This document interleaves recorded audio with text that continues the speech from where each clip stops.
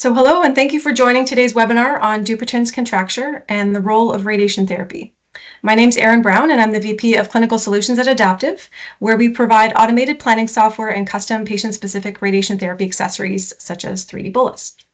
There has been a growing interest in the use of radiation therapy for Dupuytren's contracture, and questions around this approach are coming up more frequently.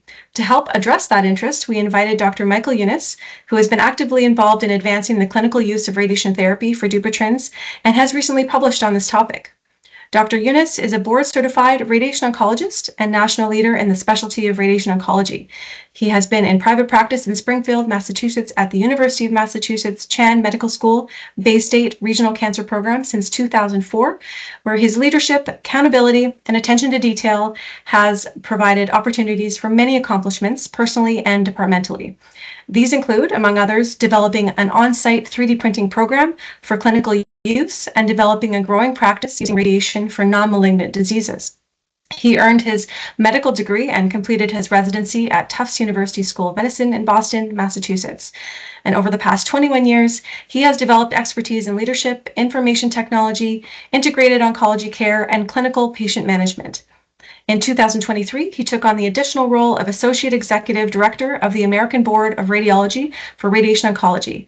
In this capacity, he works with stakeholders to ensure that board-certified radiation oncologists have met and maintained the standard to practice independently for the benefit of patients. With that, I'll turn it over to you, Dr. Younis, to begin the presentation. Thank you very much. And thank you for having the opportunity to speak to as many people as possible to make sure that everyone is on the same page and understands how and when radiation can be offered. So one of the reasons why I have been asked to talk about using radiation for Dupuytren is because of this article that was published in Practical Radiation Oncology, where we actually had the cover image showing one of our 3D prints for Dupuytren. The outline for the rest of the talk is on the side here. We're going to go over some of the basics for Dupuytren, the evaluation, treatment options, a bit of information on radiation therapy and the outcomes. Then we'll talk about building a practice. Then there are quite a few questions that we will address that are very sort of the frequent questions. And then we'll talk a little bit about the issue of reimbursement. So Dupuytren's disease is a progressive proliferative disease of the fibroblasts of the palmar aponeurosis.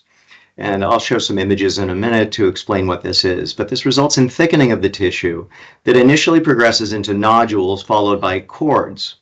If this progression continues, the cords essentially start to contract and leads to flexing of the fingers that are called contractures.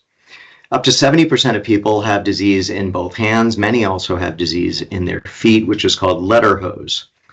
There is a higher incidence of other fibroblastic proliferative diseases if you have Dupuytren disease. And in the US, the prevalence is estimated around 3 to 5%, but there are many factors or triggers that can influence this rate. There are genetic factors, including a family history, typically from Northern European descent, hence it's the original name of Viking disease, medical history, and including those of other fibroblastic disorders, type 2 diabetes, alcohol use, and some anti-seizure medications. And then there are personal activities like repetitive vibration or trauma that can lead to higher incidence rates. When we're talking about the aponeurosis, what we're talking about is this fascia that is over the muscles but under the skin. And you can see how it extends all the way from the wrist up into the fingers. And here on this cross section, you can see, we've got the thenar muscles here, the muscles of the thumb, and the hypothenar, the muscles of the along the pinky or the ulnar side. The palmar aponeurosis, again, is this fibrous band. Here on the axial slice, you can see it's this thin tissue plane right here. There is also the palmar intraosseous fascia, which is down here. That's the deep fascia, and that is very uncommonly involved, but we do see it occasionally. And then we also have the septa between the mid-palmar and thenar spaces that occasionally can be involved as well. The physiology is a very complex intra and extracellular signal pathway. There are 3 phases of the disease. The first phase is called the proliferative phase, and that is the active phase where the cells are growing and they are differentiating. Then there's an involution where the cells begin to contract as they have transformed from fibroblasts to myofibroblasts. And then there's the residual phase, which can mature over time, and that's a much slower phase. The process of this is due to an increase in type 3 collagen. What happens is there is an increase in the myofibroblasts, which are because of the muscle fiber-like cells, they are the contractile cells. These are stimulated by transforming growth factor beta as well as tumor necrosis factor. Most recent article in 2023 shows the complex milieu that we see, and we have the TGF beta 1 and the TNF here right in the middle of this myofibroblast precursor. Not all patients with Dupuytren's disease need treatment, and 40% do not progress. So if early nodules don't impair activities, generally we don't recommend don't recommend treatment unless there's obvious progression, or if sometimes the patient becomes more aware of it and then it bothers them more frequently. Self-monitoring, or with a physician to monitor who understands the physiology of fibroblastic disorders, is essential. My practice is to utilize photos and several measurements to record details of the disease and compare the changes every couple of months. For patients that live far away, they have a copy of my assessment sheet and they take photos and email it to me to compare from previous evaluations. Although I do prefer they come in as my measurements include strength and some other details that it's very difficult for them to do on their own. We really want to avoid trauma, particularly vibratory activities and overstretching. One thing that people tend to do is they bend their hands back and they stretch, and if you over-traumatize it, you're actually stimulating an inflammatory process that can actually trigger it to move back into a more active phase. Progression or impact on quality of life should lead to the treatment discussion. Late disease, however, if you have significant contractures, these should always be evaluated by a hand surgeon. The definition of a significant contracture has varied over time. Initially, most physicians would say anything over 10 degrees should not be offered radiation therapy. However, in talking with colleagues around the world, that number has become a little more flexible as we've gained a little more experience treating people that have more significant contractures, particularly when patients don't wish to undergo any intervention that is potentially impairing. What I do is I measure out the cords and nodules and I draw diagrams. I place a measuring tape along the hand. I take a lot of photos at least every 3 months. I use the Southampton Scoring Index, which allows us to determine how active is the disease and how much impairment and impact is it having on the quality of life. We also use an assessment of grip strength. We know that people that have Dupuytren's often lose strength as the ability to flex and extend decreases. This is also important to do after radiation, because one of the things we know about radiation is that long-term it can decrease the strength in the small hand muscles. Understanding the surface anatomy of the palmar aspect of the hand is very important, particularly when you're documenting and discussing care with other physicians. You want to make sure that you identify the correct digit, the correct joints, the correct locations, and it's nice to give anatomic lines in terms of the distal extent or location of nodules and cords. We generally do not see significant nodules or cords along the thenar or hypothenar eminences, the muscles here. Occasionally, you will see them along the creases in more extensive disease, but generally they're going to occur along the 4th and 3rd digits. It is very common, particularly to initially present with fourth-digit disease and then extend to the third. Often we will see it in all 4 digits. And in later disease, you can actually get extension of the disease up along the fingers, up even past the middle IP joint. Treatment options, physical therapy, as we discussed, you can do stretching and massage exercises, but you don't want to do it to the point where you're causing trauma. It shouldn't hurt.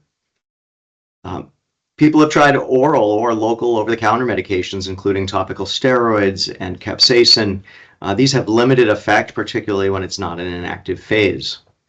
Steroid injections, again, they're a little heavy-handed, and they don't show any significant improvement long-term. They may improve pain or sensitivity short-term. Collagenase injections, otherwise known as Xiaflex, actually is only offered in the US now. Most other countries have taken it off the market. It is a very high recurrence rate after using, and it's a non-specific collagenase that does essentially destroy the collagenase tissue.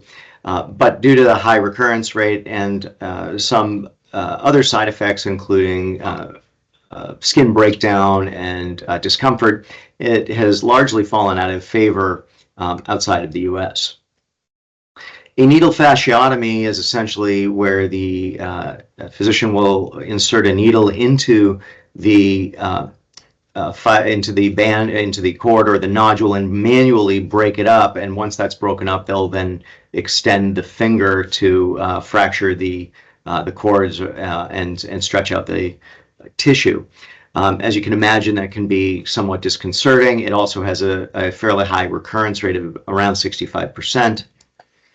A fasciectomy is where the surgeon goes in and removes the fascia surgically. As you can imagine, there are different levels of surgery. There's a partial fasciectomy, which has a 50 to 75% recurrence rate. A total fasciectomy, where they remove the entire fascia, has a much lower recurrence rate. And then there's even one step further, which is called a dermatofasciectomy. And for patients that have this type of procedure, not only do they remove the fascia, but they also remove the overlying skin. This is often then followed by a skin graft. So this is these are all fairly extensive surgeries, and obviously the more aggressive surgeries have a better long-term outcome, but both short-term and recovery from the surgery can be fairly prolonged and significant. There are people looking at shockwave treatment both in the US and outside. There's not very robust evidence for that, but it does seem to improve discomfort in some number of people. It does not appear to provide long-term reduction or prevention and progression. There's investigation into biological and chemical modifiers like anti-TNF, botulinum toxin, tamoxifen, 5-FU, none of which have really borne out significant benefit, particularly when weighing the both financial and toxicity costs. And then, of course, we have radiation therapy, which is what we're focusing on today. So radiation therapy actually changes the biology of the fibroblasts that are responsible for causing the nodules, cords, and contractures. It slows down the cell growth and the differentiation. It changes that ratio of the collagen 1 to 3, changing into becoming more cords and nodules. It reduces the transformation of the fibroblasts to the myofibroblasts, so you don't have that contractile response. And it also reduces inflammation that can lead to additional stimulation of these active process pathways. The benefits of radiation: it can halt the progression of nodules and cords. It may reduce tension and soften the nodules. It can prevent development of new nodules and cords. But everyone is different. Not everybody responds the same way. And in fact, some people have a great response on one hand and a less significant response in the other. It also depends on the predicating factors. If it's secondary to trauma, often there is significant trauma that will continue to occur if you're doing the same activities. So you have less chance for it to prevent new nodules. For treatment planning, the first thing we need to do is determine the target volume that we want to treat. And the first discussion that I have with patients about target volume is whether we should treat limited versus extended. Limited means treating only the cords and nodules that are palpable or visible with a margin. Alternatively, you could treat the entire palmar aponeurosis to really cover all sites of potential disease, so that if they do continue to have progression, you don't have difficulty coming back later to try to match your previous treatment field. Generally, I have transitioned to doing extended radiation and covering the entire aponeurosis up to the PIP, mostly because if you look at the surgical outcomes, we saw that a limited or partial fasciectomy has a far higher recurrence rate than a total fasciectomy, and it makes sense that if that's true for surgery, it would be true for another local treatment. We then map out the current nodules and cords. We ensure that the normal tissues are protected. Mostly we're worried about the muscles of the thumb and the pinky side, the thenar and hypothenar eminences. We ensure that we're not treating the nail beds. That's very important. And we want to make sure we're covering all targeted tissue. Not everybody has disease following the same patterns. There are people that can develop disease outside of the traditional patterns, even on the lateral aspects or medial aspects of the fingers. We then figure out how to position the patient, and this is where there's a lot of flexibility. Some patients, prefer to lay on the table with their arm above their head. If they can do that, that makes it very easy for us to set them up because the position is then indexed.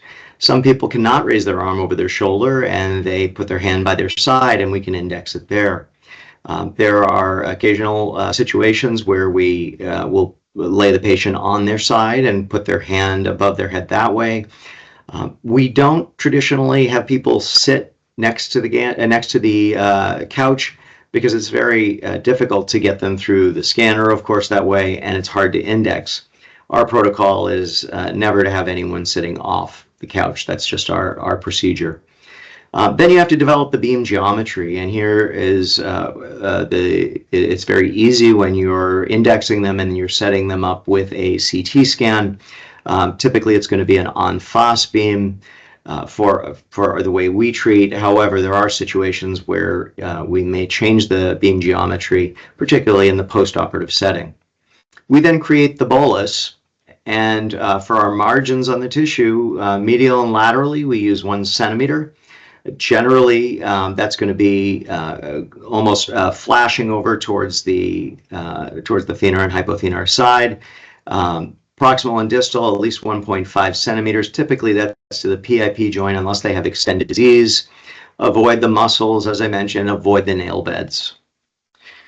The 3D printed bolus came into use because bolus changes the depth, as you all know, where that energy is delivered. You can use either electrons or superficial photons. This way you're not passing all the way through and through the skin. We typically use 6 MeV electrons with approximately 1 centimeter of bolus. That's our choice. However, by using 3D printing, and we have been using adaptive software, it allows us to have a much better fitting bolus that reduces the air gap between the skin and the bolus, and that reduces the toxicity. In addition, we can vary the thickness so that if we have someone that has a very thick palm and at the depth that we need to get to the base of the aponeurosis is thicker, we can vary that bolus so we have thicker bolus where the skin and the depth is thinner, and thinner bolus where it's thicker. That it's a very nice process for us to be able to ensure that we're treating patients with the same techniques and the same level of accuracy that we would with any other target. This allows us to have a much faster daily setup. The patients are indexed, the 3D bolus sits right on top of their hand. It really simplifies the positioning. We don't have to worry about taping or adjusting the bolus down onto the hand and minimizing air gaps. It's very reproducible because it is indexed. And we chose to use Formlabs 3L and 4 resin printers. That's just what our hospital system had familiarity with, and they had the resins that we were looking for. So our process begins initially with a scan, and that first scan is to mark the nodules and cords on the skin with ink. We then place wires on them so that we can see those wires on the initial CT scan. This scan is really for the creation of the 3D print. At that point, we measure the depth of the aponeurosis, or if there are nodules or cords visible. Depending on the depth that we need to treat, we then determine whether we want a bolus that is, consistent thickness all the way through, or if we want to modulate the thickness. Once that print is done, which usually takes a few days since the printers are on site, we then mark the skin and place the bolus on the hand. Then I transfer those marks onto the bolus. We use a clear resin so you can see the marks directly through the bolus. Then we place wires on those marks on the bolus, and that allows us to recreate the initial treatment that we were intending with those same marks on the scan. We then press the hand into a head form onto the index table, and we do a scan with the 3D print on for the final field design and the final field setup. There were a lot of things we considered when we began talking about doing 3D bolus. The first was hardware and software. What software did we want to use? Did we want to use the printers we were familiar with, or did we want to buy something different? Do you want to use the current treatment planning system, or do you want to use a third-party system? Did we want to send the bolus file out for printing, or did we want to control it and print ourselves on site? We had to create a pro forma to assess the cost, revenue, additional downstream benefits. Of course, the 3D bolus for Dupuytren was one of the first use cases, but as we became familiar with it, we began using it for pretty much all of our reproducible boluses, including chest wall. So we decided to go on site, and we selected Adaptiiv for their ease of use, the integration into our workflow, and the compatibility with multiple printers. The printer selection, as I mentioned, was based on our prior experience with the Formlabs in the hospital. And the program growth, the increased utilization, has led to the purchase of additional printers, hardeners, and there's things that increase the throughput of the printers so that we can use it for many more clinical scenarios. We chose a biocompatible resin, which is a Biomed clear hard resin, and that really facilitates transferring the marks on the skin onto the print, and that makes it easier when you're doing treatment planning. We also compared using different resins, including opaque resins, as well as printing silicone molds, which can also be done with the Adaptiiv software. We then maintained a continuous workflow analysis and made sure that we improved things as we learned. One of the important things is learning how to position the patient. How do we index the patient? What's the best position of the hand? How do we standardize prints for all or most patients so that it doesn't require repetitive contouring or discussion? Everyone knows exactly what to expect. So when we initially started, we would draw out the cords and nodules, and you can see that a patient like this has nodules and cords that aren't in a traditional location. Sometimes they are more traditional, but they can also be more extensive. We actually see quite a few patients now post-operatively, and we will draw out the cords and nodules at the time of initial consult with photos. And then when they come in for their 3D print, we will often have the splints or other devices on to keep those fingers straight. We tried initially using cotton balls in between the fingers, thinking that that might provide extra space to allow for the 3D prints to have more of a grip and really sit flush. And while that does help, it does obviously change the fall off a little bit, and you get a little bit of a cool down effect at the interspaces. If we really wanted to treat up into the fingers, particularly before the PIP, if there are cords or nodules like in this patient, we would probably have the patient have their fingers together at that point, just to avoid any cold spots. We also discussed the positioning of the hands at the time of the scan for the 3D print. Do we want to have it hyperextended or relaxed? And when we have it relaxed, it fits much more easily. It requires less adjustment at the time of the second scan. So for most patients, we do our first scan with their hands above their head if they can. Typically, unless they have shoulder issues, this position works fine. We mark out the wires. We just try to make their hands somewhat comfortable and do the scan. We can do this on a towel. You can do it on anything that just holds that hand exactly where you want it to be. This is kind of what the position is for the average person. Sometimes they have to be on their side a bit like this, and you can see the 3D print is sitting on there nicely, and we push it into the form. This is one of our attempts at doing a silicone mold, and you can see it fits very nicely. It sits great. It fills in the gaps. The problem is you can't see through it, and you really can't tell if the patient has flexed or moved their hand at all. So by switching to the clear resin, we can see right through it and see our marks on the skin and transfer those marks, then the wires, onto the 3D print. Then we can index them onto the table. We've tried using an aquaplast mask on top of this to try to determine if that helps lock it down a little bit better.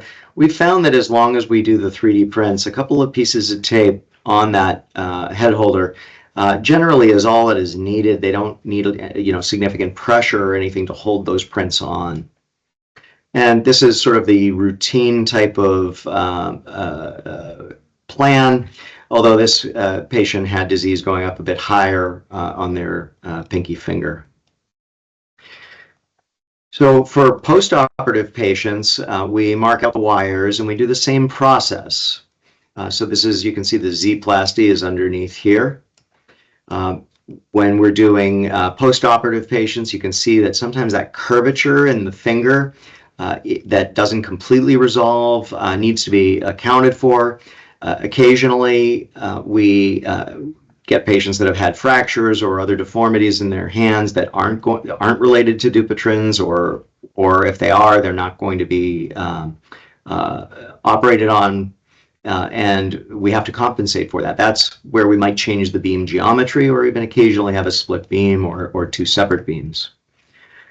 With the clear resin, it's very nice. You can see everything set up very easily on the machine. It makes it easy for the therapist being indexed. They can ensure that they're treating what they expect to treat. These images are from the paper that I had published, and you can see that there's virtually no air gap here. And this is a transfer of the wire location on the planning, and this is the depth of the aponeurosis that we're targeting. Again, on a sagittal, you can see how nicely that conforms, and on the axial here at a different depth, you can see again the lack of air gaps underneath.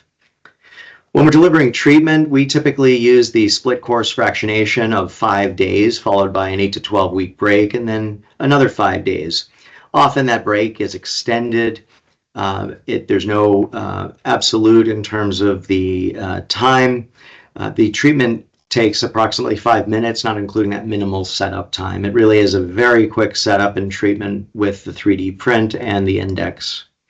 It standardizes the daily setup. That makes it easy for therapists to consistently set up. And there are minimal side effects from the treatment. We do see patients that have dry skin, particularly after the first course or even during or after the second course. We do a lot of counseling on preventative moisturizing. We let them know that sometimes the skin can peel afterwards. We see less of this with the 3D prints because we're not getting the air gap and we're able to customize that bolus thickness. We counsel them on avoiding trauma and vibration injury, and that includes things like wearing gloves when riding a bicycle, particularly doing weightlifting. We do get a significant number of athletes and musicians, and it can be difficult to try to avoid these things and still have a high quality of life if that's your focus. So, do what you can, and we try to counsel them on minimizing side effects, but you're not necessarily going to be able to have a good quality of life doing your fun activities and avoiding them. Sometimes people can get soreness in the hands, particularly in the nodules and cords. This usually resolves. Often you get it after the first course, and then by the time they come in for their second course, the nodules have begun to respond and the pain has improved. For clinical outcomes, up to 90% of patients treated with early Dupuytren's disease regress or stabilize following radiation therapy. Most of those who progress don't progress to the point where they need surgery. But if it does progress significantly, and in that 10%, it is possible, salvage surgery is often successful if necessary. And we can re-irradiate in many cases. The rate of progression increases with the more advanced disease. So the more cords and nodules you have, bilateral, other fibroblastic disorders, if you have multiple digits with more contractures, you tend not to respond as well as patients that just have nodules and mild or little cording. As the disease progresses, you can have the skin puckering and dimpling, and that does soften up often over time, but once that scar tissue is formed, it often doesn't resolve. There has been no evidence in the literature for radiation-related cancers in patients that were treated for Dupuytren's, and the majority of patients have a clinical response prior to the second 5-day course. So often patients will come in and be seen before we set them up for that second phase of the course, and they've already had softening and a decrease in the size of the cords and nodules. Sometimes if they have really large nodules or cords, we give them more than a 12-week break because they often will continue to resolve, and we want to make sure that we give the treatment ample opportunity to do its work so that we can have a better outcome, and we don't seem to see any decrease in rates of stabilization or regression in these groups. So how do you build a practice to treat Dupuytren disease? The first thing is you have to have good relationships with other specialties, particularly hand surgeons and PCPs in the area. Some practices are seen by other musculoskeletal specialists. And it's very important that we don't treat unless it's necessary. And we want to make sure that we are looked at as a trustworthy specialty that is not jumping on doing a treatment just because we have evidence that a treatment works. We want to know that we're using it on the right patients. So we want to make sure that we have evidence of progression or impact on quality of life. And you also have to make sure that you refer patients to the other specialists when it's appropriate.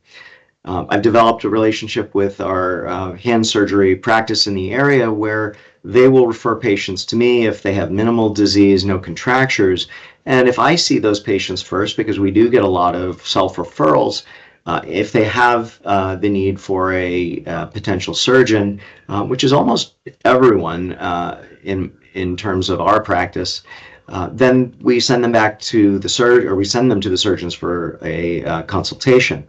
Often it's this two-way back and forth that builds the trust so that they know that you're not trying to take over their patients and eat into their patient volume. It often also leads to discussion of treating postoperatively, and we can talk a little bit more about that in a second. It works best and it evolves into a trusting relationship. And as I mentioned, patients often self-refer and do their own research. And there are Facebook groups and websites on Dupuytren and Lederho's contractures. There are national and international support groups and forums.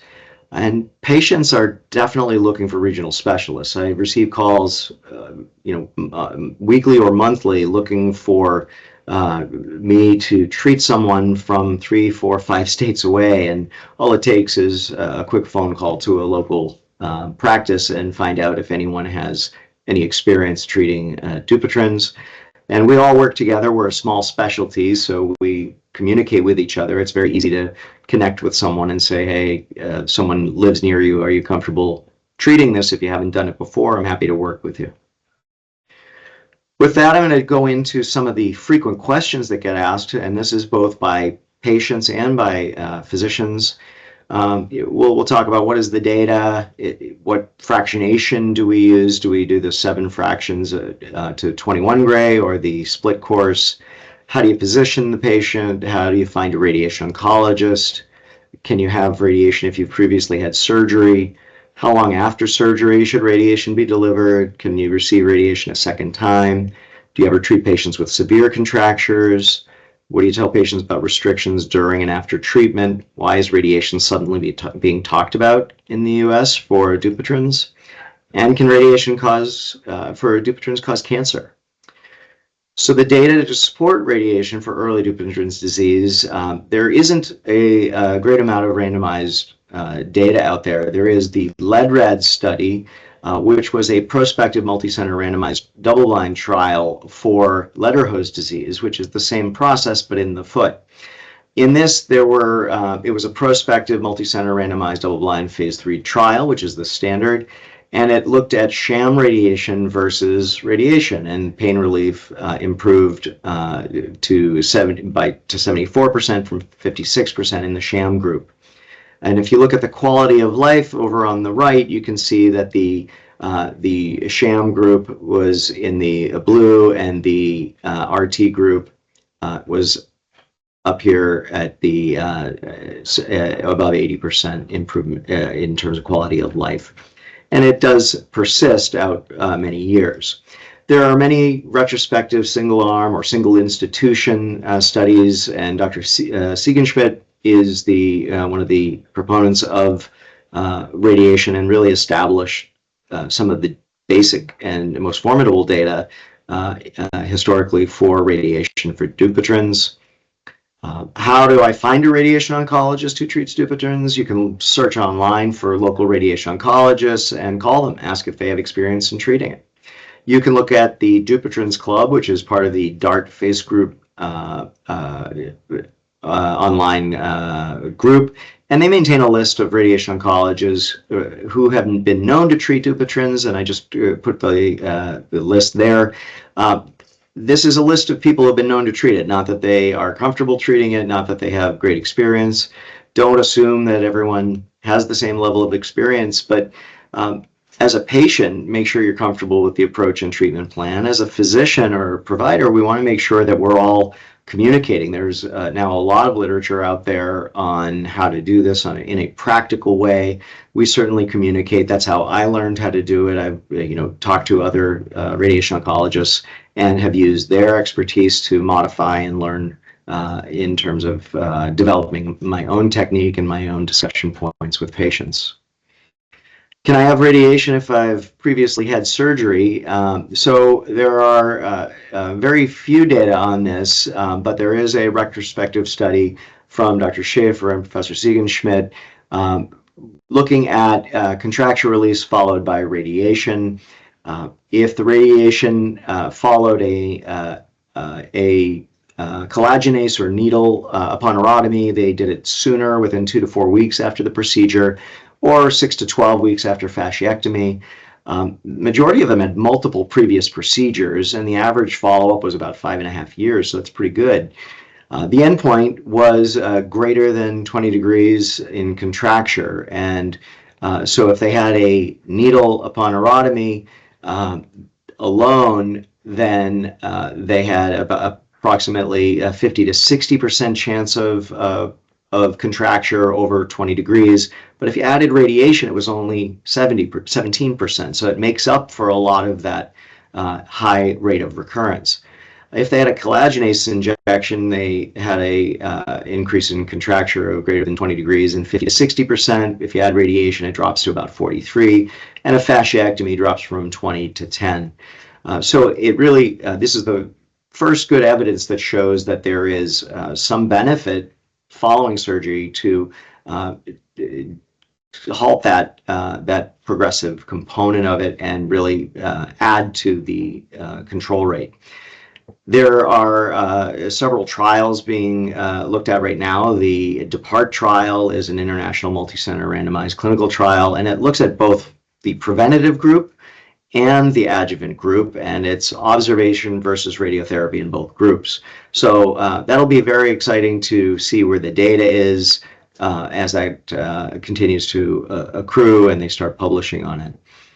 There's also a post-contracture release radiation for Dupuytren's disease clinical trial at the University of Minnesota. This is an observational study and it's a pilot study. We tried to get patients enrolled in this locally, and it is because it's a single institution pilot study, it has been a little bit difficult for us to get here. If you're going to have radiation after surgery, how long should you wait? This is where you have to have that communication with the surgeon. Typically, you want to wait 4 to 6 weeks after surgery so that the healing has been improved. We don't want to have any complaints or concerns about the wound opening. Remember, a lot of these patients have had multiple procedures, so the vascular supply can be compromised, healing can be reduced. Many of them also have type 2 diabetes. They've often had trauma to the hand. So trying to make sure that you minimize those risks as much as possible is important. Generally, we start the process with the 3D printed bolus during that immediate post-operative time, but we don't start their treatment until after the surgeon has kind of given us the okay. We also want to maintain the patient in the splint or whatever device they are using during the entire course of treatment and even afterwards. The longer we can keep those fingers straight, the better outcomes we can expect. And the majority of patients either don't progress after surgery and radiation, or their rate of progression is significantly lower than it was in previous surgeries. We often see people that have had 2 or 3 surgeries, and they tell us that the progression, that the cords and nodules progressed within months of the surgery, and now we're seeing patients a couple of years out that have not had progression, or they're just starting to have some progression. So clearly there is a benefit. Not everybody benefits, and the more severe it is, the more aggressive the surgery needs to be, the less likely that this is going to be successful. After a needle epineuritis or XIAFLEX, you can certainly start treatment earlier, but you want to make sure that it's not, there's no infection, there's no wound issues. Can I have radiation a second time? Most radiation oncologists who treat patients with Dupuytren's are going to see some recurrences, either your own or from other places. Sometimes it's in the postoperative setting, sometimes it's in the post-radiation setting. The nice thing is the 30 gray split course allows for potential retreatment, but this really has to be individualized. How long has it been since the prior treatment? Did they respond to the initial course? Was the 30 gray split course used, or some other fractionation? What are they? How old are they? What are they doing for activities? And what did the initial treatment field look like? Did they treat the entire fascia, or did they just treat the cords and nodules? If you have an in-field recurrence, we typically do a single 5-day course. We don't do the second round. But if patients have a recurrence both in-field and outside the field, then I'll treat the untreated volume with the traditional split course, but only treat the in-field recurrence with a single 5-day course. This is really a discussion with the patient, and sometimes it's difficult to get the reports from previous treatment. So you don't want to jump into this without having those discussions with the patient. Do you ever treat patients with severe contractures that refuse surgery? So again, this is a really important discussion. Many of these patients have had multiple surgeries, and they have been told you can't have another surgery, or the patients say it's brutal, I don't want to do it again. So there are times when I will offer radiation with more severe contractures, but usually the goal is to prevent progression in other cords and nodules, not in the cords and nodules that have formed the severe contractures. Now, there are times, occasionally, when you will get a clinical response to a more severe contracture, but it's not predictable. Sometimes the beam geometry becomes difficult if there is a severe contracture, And you may need multiple beams, or you may have to change your angulation, or even change how you bolus if you can't do a non-FOS beam. What do you tell patients about restrictions during and after treatment? Again, I emphasize moisturizing the hand multiple times a day. We emphasize minimizing trauma, particularly vibratory trauma, wear padded gloves for any activities that are potential risks. Try to avoid activities that can traumatize the hand and may trigger progression. But remember, quality of life is important. If you have someone that their entire life is about bike riding, we'll try to find a way that makes it accessible to them. Sometimes it's not possible to avoid those activities, particularly if it's part of their employment. But you want to try to do whatever you can to mitigate the triggers. There isn't a lot of data on triggers leading to recurrence, but I think it makes, clinically, it makes a lot of sense. We know that there are many inflammatory processes throughout the body that can trigger recurrence or progression. It's not rare for us to see someone that has a surgery for some traumatic injury or something completely unrelated, and then have an obvious progression in their Dupuytren contracture or nodules. Whether this is due to higher initial diagnosis or incidence rate, or whether it's stimulation of the progressive phase again, I think that's one of the things that is being evaluated and looked at in the lab.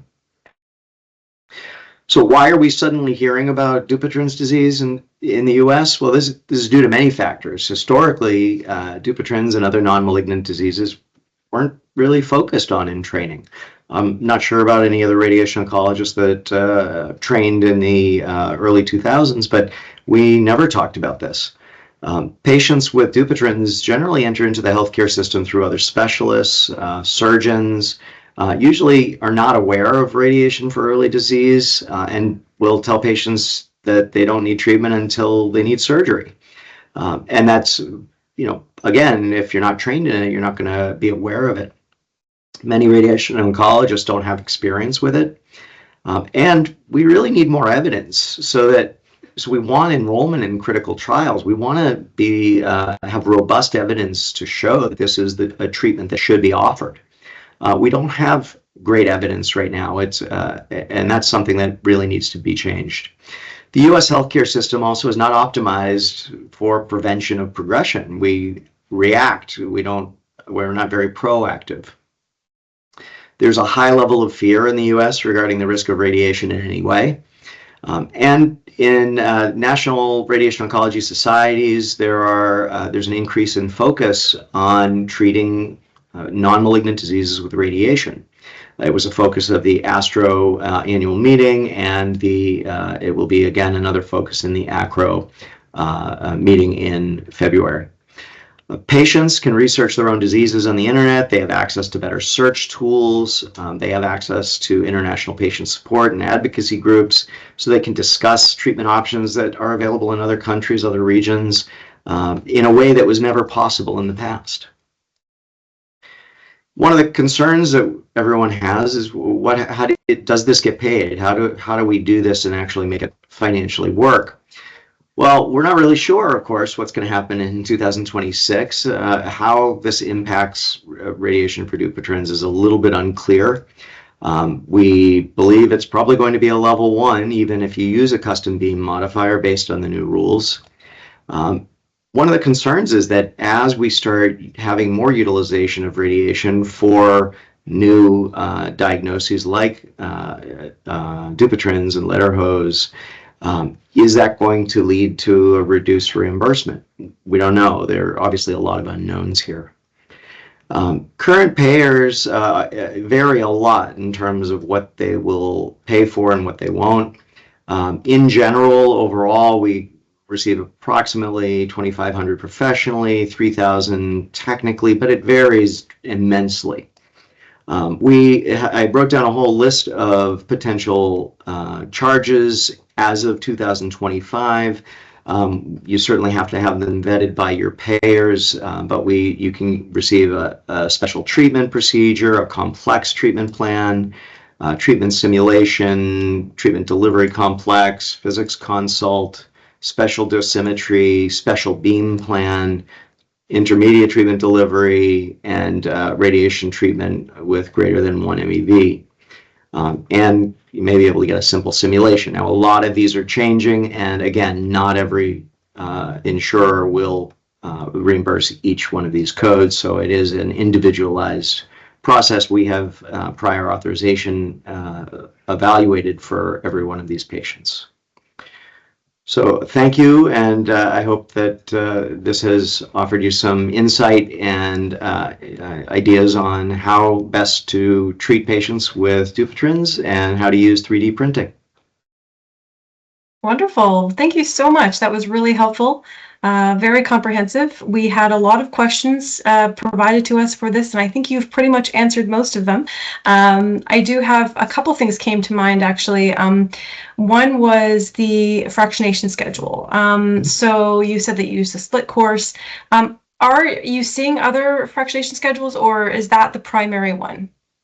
So Professor Ziegenschmidt did a clinical trial looking at the split course versus 7 fractions of 3 gray each, and the long-term progression rate was similar, but there was a higher toxicity rate. So for patients that are coming a long distance away, that may be a more viable option, but I think pretty much most people are leaning towards that split course. It's also it also gives patients an opportunity to have that regression, that response rate in between the 2 courses. And there are times, and we may find over time, that you don't always need that second portion of the course. You only need the first 15 gray, and maybe if they've responded more than 80%, you don't give the second round and you wait. And you know, there's a lot of research that needs to be done to really figure out what is the optimal fractionation over time. And you said that after that first course that they may have some a clinical response. Have you ever had to do a replan or make another bolus? No. I have not had to do another replan. Since we started doing the boluses this way, where we don't fully extend the hand when we're doing the scan, and we just kind of leave the hand neutral, it is there's much more flexibility in terms of the soft tissue, so that even a quarter nodule that is regressed, we still get that really nice approximation of the skin to the bolus. If you really try to extend it and you try to make it flat, which was our initial thought process, then yes, a nodule that regresses, you'll need to replan it. Again, that was one of the reasons we also thought maybe we would use the silicone, but the pros of having the clear resin outweighed the cons. So we just tried to modify and evaluate what worked, what doesn't work, and we have a working group that continually looks at are there things we can do to modify the process. Great. Okay. Well, thank you so much for your time today, Dr. Eunice. To our viewers, we hope this session was valuable. If you'd like additional information about adaptive solutions or have follow-up questions, you can visit our website at www.adaptiiv.com. That's spelled ADAPTIIV. Or you can contact us at info@adaptiiv.com. Thank you so much. Thank you.